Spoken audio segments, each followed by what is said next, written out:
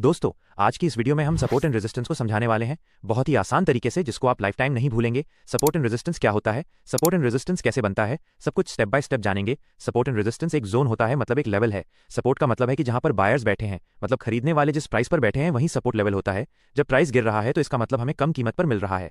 जब भी किसी एसेट्स को खरीदा जाता है तो मार्केट में उसकी लिमिटेड सप्लाई होती है, चाहे किसी कंपनी का शेयर हो या गोल्ड हो या कोई अदर एसेट, सबकी लिमिटेड सप्लाई होती है। सिंपली यहाँ पर डिमांड एंड सप्लाई प्रिंसिपल काम करता है। जब प्राइस इन लेवल पर आता है तो बाइंग की जाती है, जिस कारण डिमांड बढ़ जाती है। हर कोई खरीद रहा है क्योंकि प्राइस नीचे गिरा है, जिससे डिमांड बढ़ गई है और सप्लाई कम हो गई। इस वजह से प्राइस तेजी से ऊपर जाता है। क्या अब ये प्राइस बढ़ता ही जाएगा? मार्केट में वो जगह भी होती है जहां लोग प्रॉफिट बुकिंग करते हैं, मतलब कि बेचने के लिए तैयार हैं कि इस लेवल पर प्राइस आएगा तो हम सेल करेंगे। जब हम सेल करते हैं तो मार्केट में सप्लाई आ जाती है और जब सप्लाई आती है तो कीमतें घट जाती हैं, इसीलिए प्राइस नीचे गिरता है। अब आपको समझ आ गया होगा, सपोर्ट लेवल वो है जहां बायर्स बैठे हैं। दोस्तों, रेजिस्टेंस लेवल वो है जहां सेलर्स बैठे हैं। इसको एक एग्जांपल से समझते हैं। मान लो एक कंपनी है जिसका शेयर प्राइस 100 रुपए का है। प्राइस ऊपर जाता है 120 रुपए पर, उसके बाद प्राइस नीचे गिरता है और फिर ऊपर जाता है 130 रुपए तक, फिर प्राइस गिरता है और थोड़ा ऊपर जाता है 110 रुपए तक और फिर प्राइस नीचे आता है। उसके बाद प्राइस ऊपर की तरफ मूव करता हुआ 115 रुपए तक जाता है। आपने नोटिस किया कि प्राइस जब भी नीचे आता है तो 100 रुपए से नीचे नहीं गया, तो यहाँ पर 100 रुपए के प्राइस पर मार्केट बार बार सपोर्ट ले रहा है, मतलब इस प्राइस से नीचे नहीं जा रहा। मार्केट इस प्राइस के पास आता है फिर ऊपर चला जाता है, मतलब प्राइस जिस लेवल से बार बार टकराकर ऊपर जाए तो उसी लेवल को हम सपोर्ट बोलते हैं। मतलब इस लेवल पर बायर्स बैठे हैं जो इस प्राइस पर बाइंग करने के लिए तैयार हैं। अब दूसरे एग्जांपल से समझते हैं। जब आप चार्ट देखेंगे तो प्राइस इस तरह से मूव करता हुआ दिखेगा। यहाँ देखिए, प्राइस बार बार 100 रुपए से टकराकर नीचे आ रहा है और प्राइस जहां से रिवर्सल ले रहा है, मतलब जहां से बार बार नीचे गिर रहा है, क्योंकि यहाँ सेलर्स तैयार है बेचने के लिए। यही रेजिस्टेंस होता है। दोस्तों, बहुत बार चार्ट पर आपने देखा होगा कि प्राइस इस तरह से मूव करता हुआ दिखता है। आपको पहले 2 लो पॉइंट आइडेंटिफाई करना है। जब ये आप पहचान लें तब आप इन दोनों लो पॉइंट को टच करती हुई एक लाइन लगाएं और इसे आगे तक लेकर जाएं। इसी तरह से हम 2 हाई पॉइंट को पहचान कर एक लाइन लगाएंगे। अब यहाँ देखिए, ये लाइन हमारा सपोर्ट एरिया हो गया जहां से प्राइस बार बार टकराकर ऊपर जा रहा है, और ये रेजिस्टेंस एरिया हो गया जहां से प्राइस बार बार नीचे गिर रहा है। दोस्तों, सपोर्ट और रेजिस्टेंस को मार्क करने का मतलब है कि प्राइस यहां इस लेवल से रिवर्स ले सकता है। सबसे इंपॉर्टेंट पॉइंट, जब भी आप सपोर्ट एंड रेजिस्टेंस मार्क करें तब लाइन की जगह लेवल मार्क करें इस तरह से, जिससे गलतियां कम होंगी। आपने बहुत बार देखा होगा कि प्राइस इस लेवल पर आता है और तेजी से नीचे गिरने लगता है। रिटेल ट्रेडर्स को लगता है कि प्राइस अब इस सपोर्ट लाइन को ब्रेक कर दिया है, अब प्राइस नीचे गिरेगा। रिटेल ट्रेडर्स इस जगह शॉर्ट एंट्री करके बैठ जाते हैं, लेकिन प्राइस तेजी से ऊपर मूव कर जाता है इस तरह से, और हम गलत ट्रेड में एंटर होने से हम लॉस कर बैठते हैं। इसलिए मैं कहता हूं कि सपोर्ट एंड रेजिस्टेंस को लाइन से नहीं, लेवल बनाकर मार्क करो, जिससे लॉस के चांसेस कम हो जाएंगे। दोस्तों, आपने इस तरह से भी चार्ट बनते देखा होगा,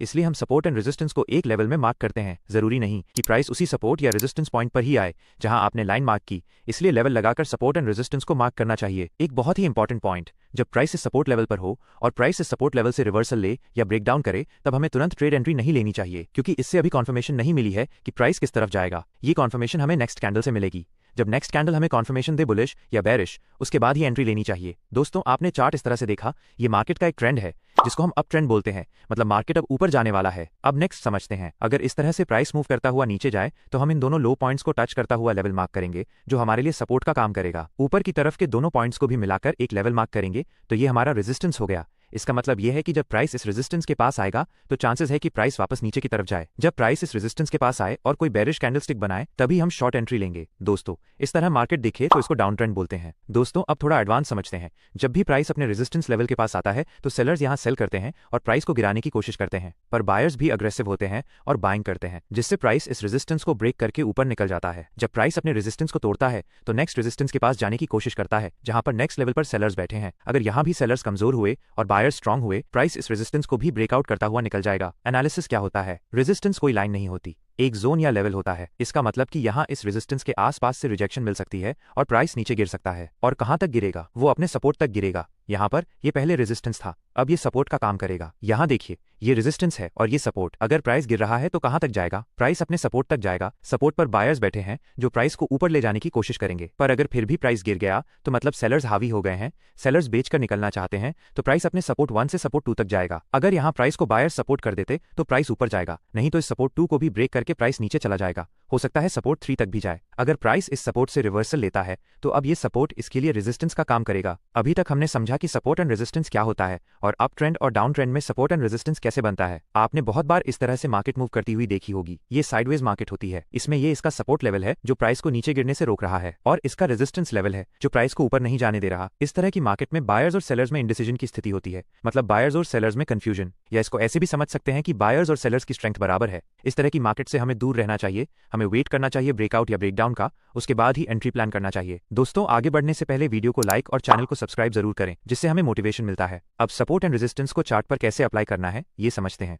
ये निफ्टी का 18 नवंबर का चार्ट है 3 मिनट टाइम फ्रेम का। सपोर्ट एंड रेजिस्टेंस लगाने से पहले हमें लास्ट स्विंग चाहिए। स्विंग का मतलब जहां से प्राइस बदल गया, प्राइस गिर रहा था, ऊपर चला गया, और प्राइस ऊपर जा रहा था, नीचे गिर गया, यही स्विंग होता है। अब हमें लास्ट स्विंग चार्ट पर ढूंढना है। चार्ट को अगर देखें, यहां से प्राइस गिरा और ऊपर चला गया तो ये हमारा लास्ट स्विंग होगा। यहाँ पर हम एक हॉरिजॉन्टल लाइन लगाएंगे। ये हॉरिजॉन्टल लाइन अब सपोर्ट हो गया। यहाँ प्राइस गिरा पर बायर्स ने प्राइस को यहाँ से गिरने नहीं दिया और प्राइस ऊपर चला गया। सपोर्ट क्या है? जहाँ बायर्स होते हैं, इसलिए ये सपोर्ट लेवल है। अब इस सपोर्ट लाइन को लेवल की तरह लगाएंगे। हमने पहले भी बताया कि सपोर्ट एंड रेजिस्टेंस एक जोन या लेवल होता है। जब भी प्राइस इस जोन के पास आएगा तो रिवर्सल ले सकता है। अब रेजिस्टेंस मार्क करेंगे। यहाँ देखिए, यहाँ प्राइस ऊपर जा रहा था, फिर नीचे गिरा तो ये लास्ट स्विंग हो गया। यहाँ हम रेजिस्टेंस मार्क करेंगे, लाइन नहीं लगाएंगे, हम जोन या लेवल मार्क करेंगे। अब प्राइस यहाँ रेजिस्टेंस के पास है। अगर प्राइस गिरा तो कहाँ तक जाएगा? सिंपल है, अपने इस सपोर्ट तक आएगा। और मान लो अगर प्राइस इस सपोर्ट को भी तोड़ देता है तो फिर कहां तक जा सकता है? हम इस लास्ट स्विंग से पहले जहां स्विंग था वहां नेक्स्ट सपोर्ट जोन लगाएंगे। अब हमें क्लियर समझ में आ गया, अगर प्राइस इस सपोर्ट को ब्रेक करता है तो प्राइस कहां तक गिर सकता है? यहां तक प्राइस नीचे गिर सकता है,